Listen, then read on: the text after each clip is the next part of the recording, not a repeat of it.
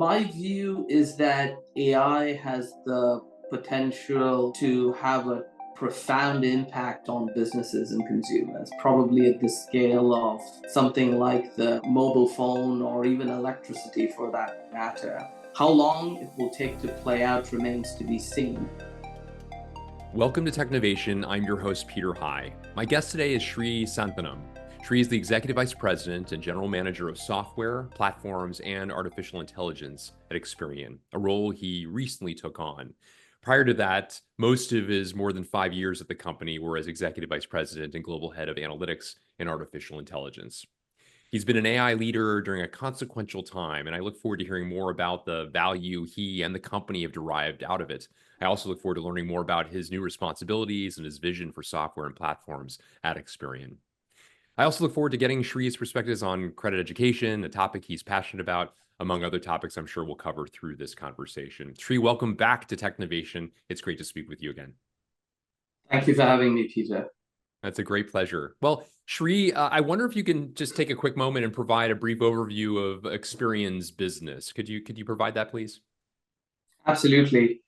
Experian, as most of us will know, is famous for having among the most valuable data sets on consumers on the planet. And for over decades now, we've used the power of data to create business impact for consumers and businesses. And a lot of how Experian's historically grown up has been as a credit bureau. One of the things we've done in the past decade and a half, though, is really taken Experian on a journey from being a lot more than just a credit bureau. And we see Experian as evolving into a platform company backed by powerful data assets. And we believe this will help us significantly amplify that same core mission on which Experian was born, which is impact for businesses and consumers. A big part of that mission is financial inclusion and providing financial access to the hundreds of millions of consumers in North America and globally. And that's at the core of what Experian is, our mission, our purpose. In that vision and purpose, in the last 5 or 6 years, analytics and artificial intelligence have started playing an increasingly important role. We've been using artificial intelligence for quite a while as we think about evolving how our data is used to build underwriting models and in the originations process and across the lending lifecycle. But in the last 5 or 6 years, AI has really expanded in which it can bring impact to our business through automation, through the use of more recently generative AI, and really the ability to amplify the impact of our data. So an important part of my mission is to help amplify the impact of our data with business and consumers with artificial intelligence. And you're anticipating my next question, and maybe you can peel back the onion a layer deeper. I'd love to understand more about your responsibilities. As I mentioned, you are the Executive Vice President and General Manager of Software, Platforms, and Artificial Intelligence. Talk a bit about, obviously, an unusual combination of things. Not every company would have such a role. And the fact that it exists speaks to the sanctity of data, the power of artificial intelligence, and the development of business opportunities centered around that in an organization like yours. But in your own words and with a bit further detail than you've already provided, I would love to hear more about your latest role. Yeah. So very directly, I'm the GM responsible for Experian's software, platforms, and AI business, which is a set of products and services built on our data. It includes some headliner products like the Ascend technology platform and the Ascend Sandbox. This is a product which brings the power of over a decade of our data into the hands of some of the largest financial institutions. It's a product which is used by many, if not most, of the top financial institutions.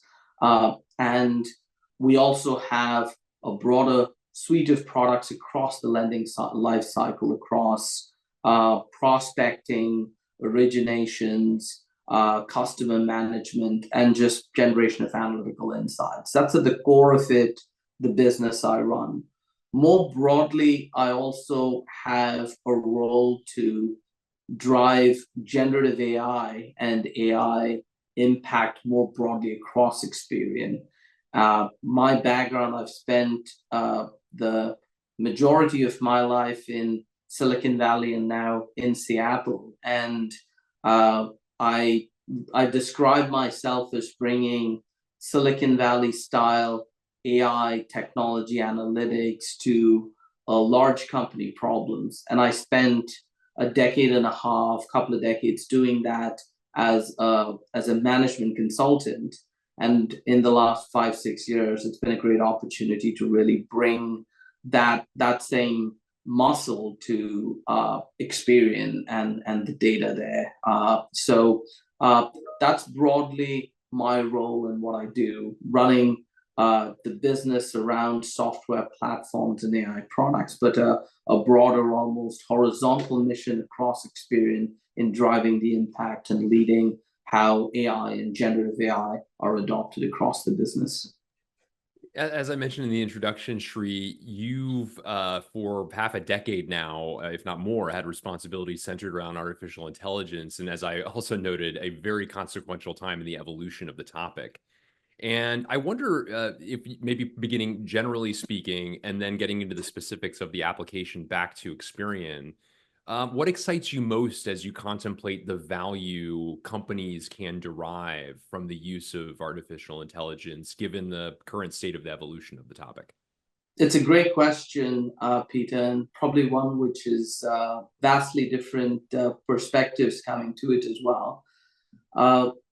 My view is that AI has the potential to have a profound impact on businesses and consumers, probably at the scale of something like the mobile phone or even electricity for that matter.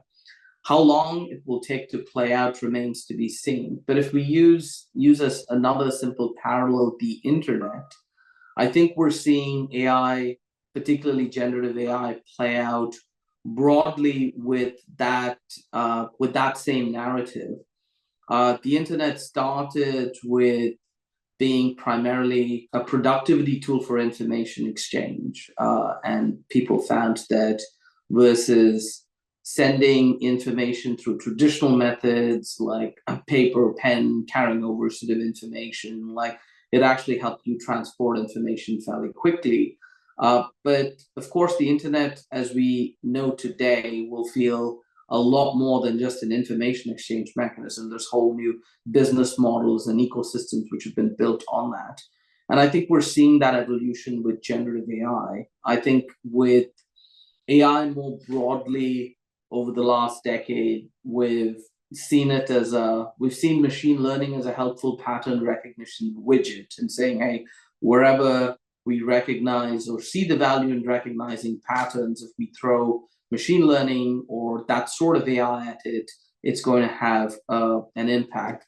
And certainly we've done a lot of that. We have underwriting models which have traditionally been built with logistic regressions, and we're using safe, governed AI, machine learning to improve those processes. But we're also starting to see a lot of promise with generative AI, which has the ability to take unstructured data and start to really make sense of it, help define and work through business processes, help make better decisions, and there's a tremendous amount of potential there. The flip side of it is it's very early days, and what we're seeing with generative AI is if you're not careful and you're not quite strict and controlled in how you manage it, then it can be quite unsafe to use. So it's really important to put the right safety and governance and boundaries around it. And when you do that, you realize that it may not be the getting product services out of it may not be as easy as pushing a button as a lot of the hype makes it out to be. It does require a degree of thoughtful approach, build, and there's a fair amount of work we've been doing in this space to get the value from AI and generative AI. Very interesting, and you allude to a topic that I'm interested in mining further with you. You've noted the necessity to both enhance core processes as well as, of course, to manage risk and ensure compliance related to AI. And I wonder, can you talk a bit about your learnings there and some of the practices that are enabling you and your team to do just that? Sure. One of the things that I saw one of the big consulting firms present a study where they said, if you look at the journey of various companies in AI, they said about 20% of companies have been talking about it but haven't done much. About 50% have started, but they're stuck in POC land. And about 20%, 30%, maybe less, are the forerunners are actually moving to scale and production in one or two use cases.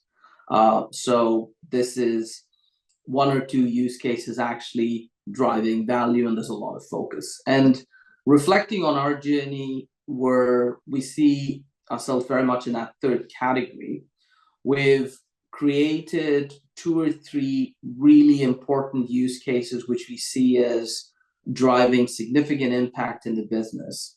And we've invested the time and certainly the safety and the risk parameters around that to get them into production. And that took a lot more effort than one might imagine. I'll give you an example. One of the things which we have in production right now, having discussions with half of our 70 plus million consumers, is Ava, which is a digital financial assistant providing credit education to a number of our consumers. And the sharp data scientists and the generative AI folks at Experian had sort of prototypes of this, which were quite exciting, like ready in a matter of weeks. And we'd started experimenting with those. But then when we started having the much needed dialogues between risk and compliance and all of those sort of functions, we found there was a lot of work to be done to really ensure that Ava had the right governance, the guardrails, the safety around it. And what we did in the early days of Experian's journey here is we set up an AI risk council. And the job of that risk council was to elevate some of these use cases and both rigorously evaluate, but also do it in an expedient manner. And I think that balance was important.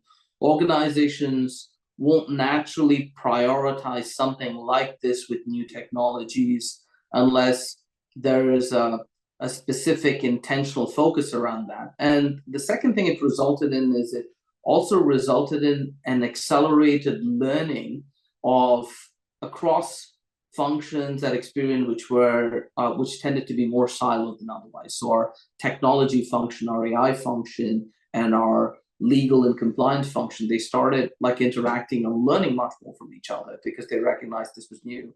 The legal and compliance folks started learning from the technologists, saying, okay, let's understand generative AI. And the technologists really started thinking about the risks that this would pose, hallucinations, things of that nature. And that resulted in quite a good outcome and creation of infrastructure and a framework. And that balance, that story around Ava, which allowed us to get to market at scale with a pretty important use case while doing it in a responsible way, has served as almost a template for how we intend to do it for other use cases. So that's a little bit of the microcosm on how we're drawing this balance. A great overview. I appreciate you sharing that, Shri. And I wanted to move to your responsibilities relative to platform, your platform set of responsibilities. And I know an outgrowth of this is what you refer to as the Ascend technology platform. Can you please describe Ascend technology platform and its relevance to your responsibilities? Absolutely. So the backdrop for this and the whole origin of this was really listening to our customers. And traditionally, Experian's been a credit bureau and has had some of the most valuable data sets on the planet. And our clients came to us and said, we need more than data. And as part of that, we started providing a set of the products, services, solutions for which they used our data. So software, analytics.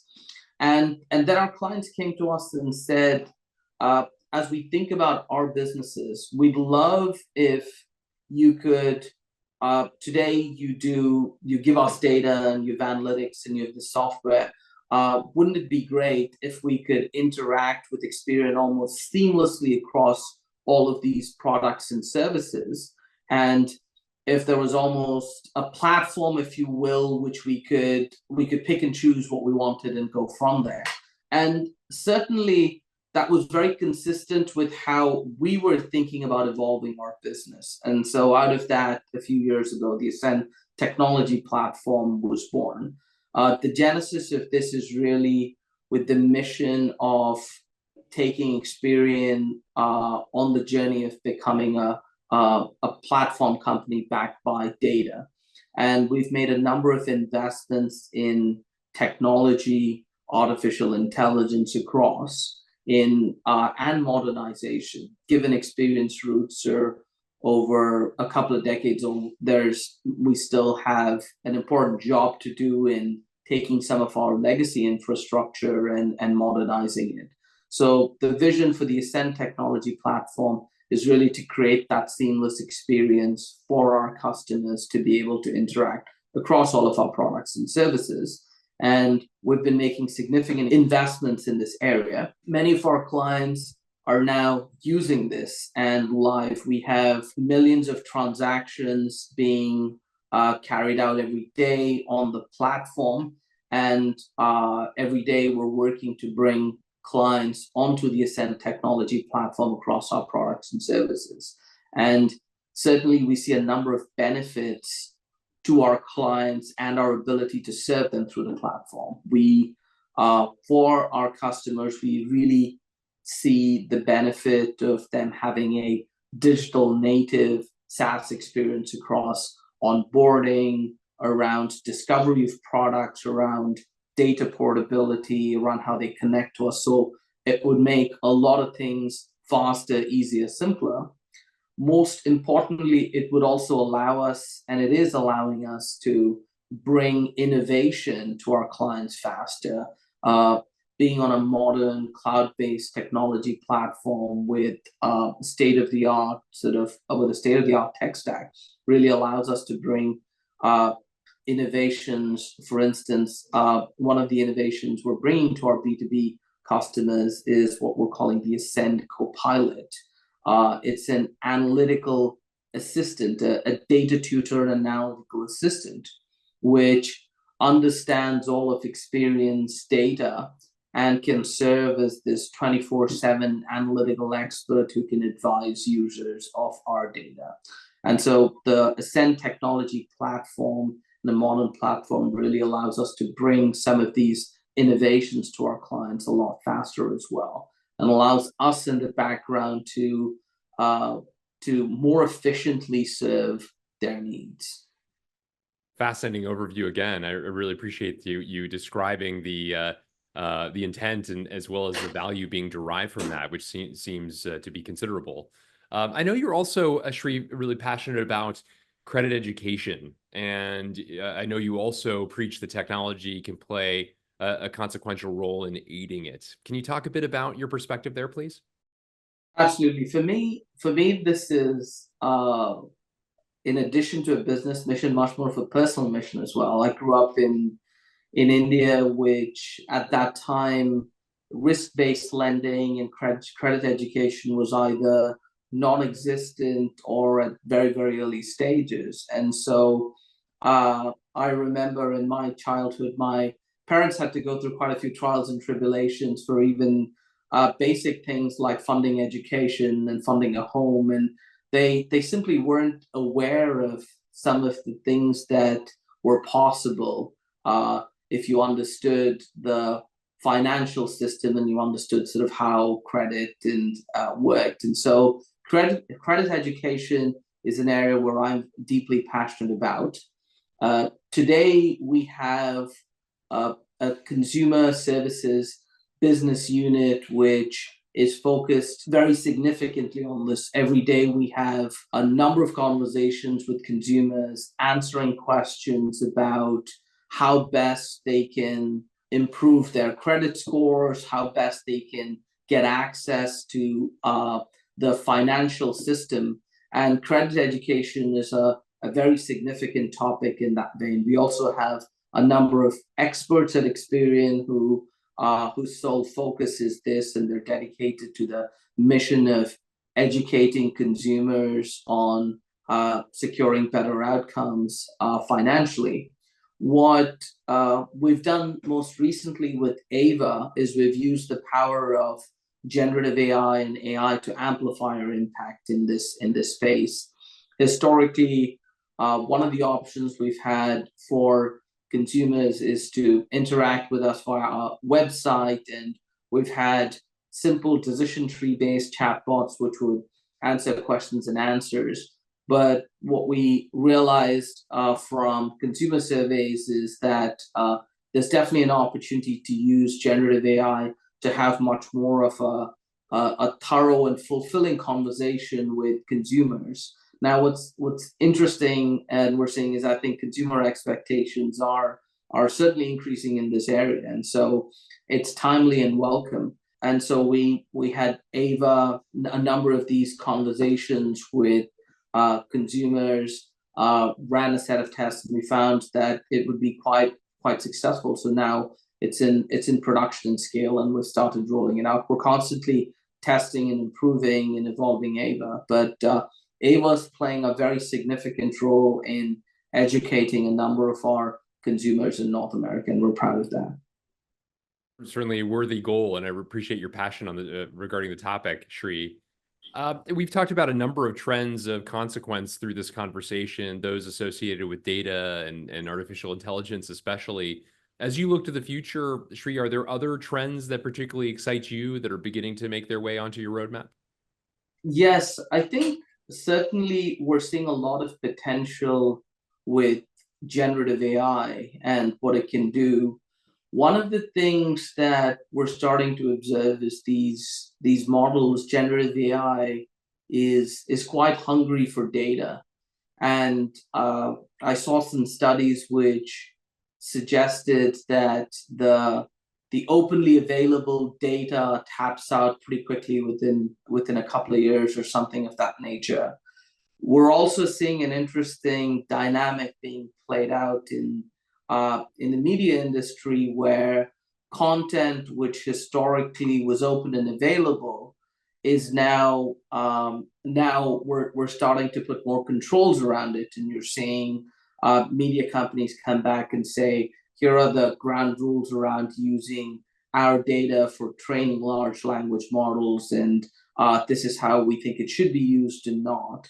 Now, given that dynamic, I actually think there's an important trend around data-centric AI, which is starting to take a foot. And so the notion of, and we saw some of this in machine learning, and we saw this in pattern recognition, where in the early days of pattern recognition, you had companies like Netflix come out with competitions to build the best algorithms on their data, and they offered like a significant prize for that.